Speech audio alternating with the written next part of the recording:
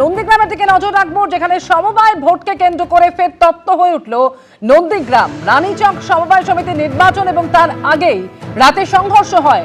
তৃণমূল এবং বিজেপির সংঘর্ষ এলাকায় উত্তেজনা তৈরি হয়, বচসা থেকে হাতাহাতি এমনকি মারামারি পর্যন্ত হয়। সংঘর্ষে উভয় পক্ষের বেশ কয়েকজন জখম হয়েছেন বলে খবর। সমবায় ভোট এবং সেই ভোটকে কেন্দ্র করে ফের উত্তপ্ত হয়ে উঠল শুভেন্দু অধিকারীর গড় নন্দীগ্রাম থানার পুলিশ ঘটনাস্থলে পৌঁছয়। বিটন চক্রবর্তী এই মুহূর্তে আমাদের সঙ্গে টেলিফোনে রয়েছেন। বিটন, সমবায় সমিতির নির্বাচনের আগের রাতে এইভাবে সংঘর্ষ, এখনো পর্যন্ত পুলিশের তরফ থেকে কি ব্যবস্থা নেওয়া হয়েছে? দেখো, গতকাল এই সংঘর্ষের ঘটনার পর কিন্তু আজকে সকাল থেকে কার্যত নিশ্চিত নিরাপত্তা ব্যবস্থা করেছে পূর্ব মেদিনীপুর জেলা পুলিশ।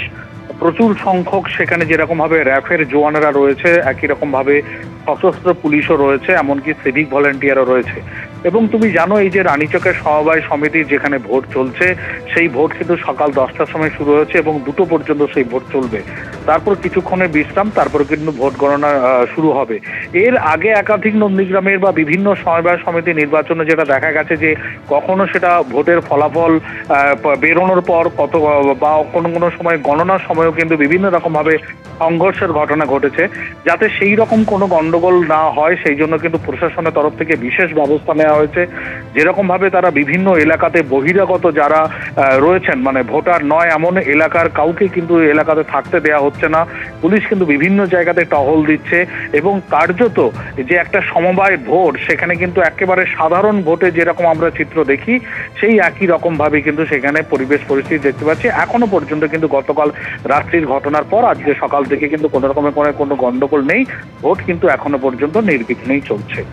অমৃতা, ধন্যবাদ বিটন। আর এবার দেবাংশু ভট্টাচার্য, তাকেও এসআইআর এর শুনানির নোটিশ দেওয়া হলো। ভারতীয়ত্ব প্রমাণের ডাক এলো শেষমেশ। পরিবারের 4 জনকে শুনানির নোটিশ দেওয়া হয়েছে। নামের বানান সঠিক আছে, কিন্তু কি কারণে ডাকলো তা জানা নেই। যারা তৃণমূল সমর্থক তাদের এবং তাদের পরিবারের সকলকে নোটিশ দেওয়া হচ্ছে।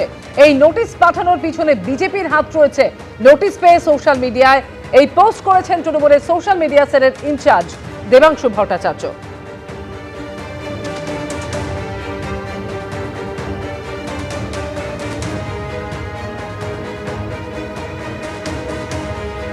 আমি, আমার দিদি এবং আমার যে কাকু কাকিমারা রয়েছেন তাদের ছেলেপিলেরাও ডাক পেয়েছেন। মোটামুটি এখনও পর্যন্ত 4 জন ডাক পেয়েছি। এবং আমি এইটুকু নিশ্চিতভাবে বলতে পারি যে আমাদের যারা কাকু কাকিমারা এবং আমার মা বাবা, তাদের প্রত্যেকেরই 2002-এর তালিকায় নাম ছিল এবং সেই সূত্রে আমাদেরও প্রজেনি ম্যাপিং। আমার মা বাবা, আমার দিদির, আমাদের প্রত্যেকের নামের বানান, বয়স, প্রত্যেকটা কোনো কার্ডের সাথে কোনো কার্ডে গড়মিল নেই। প্রত্যেকটা কার্ডে একই রকম রয়েছে। আমার বাবার নাম বা মায়ের নাম যদি বলেন 2002-এর তালিকায় যা ছিল তাই রয়েছে।